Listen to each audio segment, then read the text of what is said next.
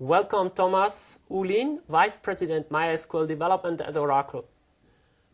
Tomas, MySQL 5.7 is finally available. What are the key enhancements in 5.7? Yes, thank you, Oli. In 5.7, we've done a lot of enhancements in performance and scalability, and also in manageability.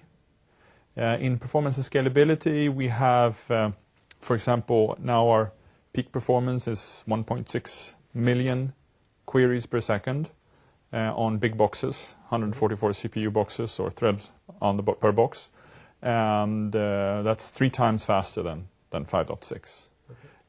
We have also done enhancements in the optimizer, both re-engineering, re-architecting, and that has resulted in better performance. It's also much easier to manage and work with the optimizer in 5.7 compared to previous releases. We've also, in the manageability side, we've added the JSON support, which is a big feature. We try to bring together the best of both worlds when it comes to SQL and NoSQL. It's going to be very powerful. The other thing is around performance schema.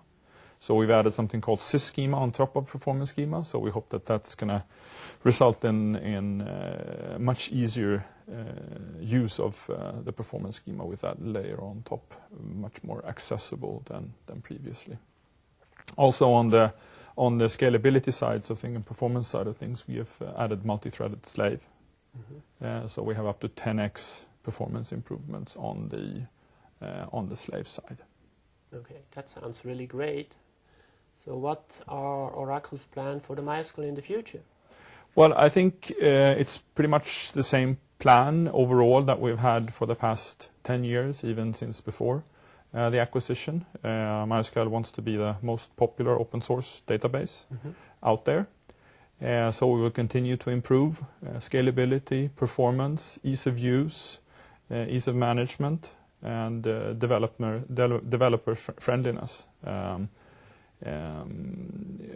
With 5.7, we also released something called the router, and previously we released Fabric, and also in 5.7 later we will have something called group replication, which has been released on labs already.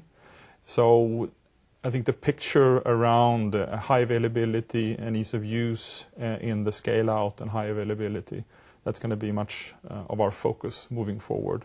And in this also bring together best of both worlds again, SQL, NoSQL into this picture.